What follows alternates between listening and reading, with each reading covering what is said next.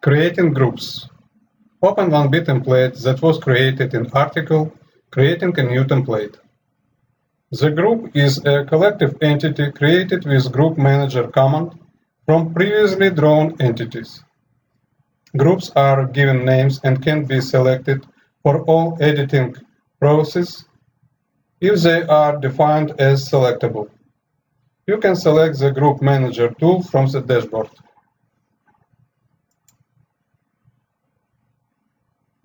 Draw the objects as shown on the screen. Select the Group Manager tool.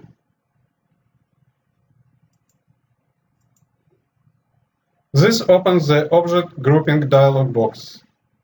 Type Group 1 in the Group Name edit box.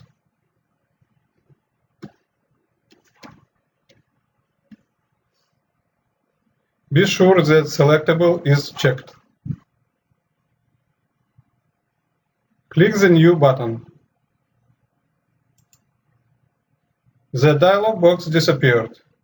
AutoCAD prompts Select Objects. Select both objects and right-click.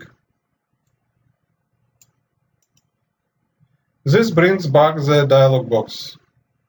Group 1 is in the list box with a yes to the right of the indicating that it is selectable group.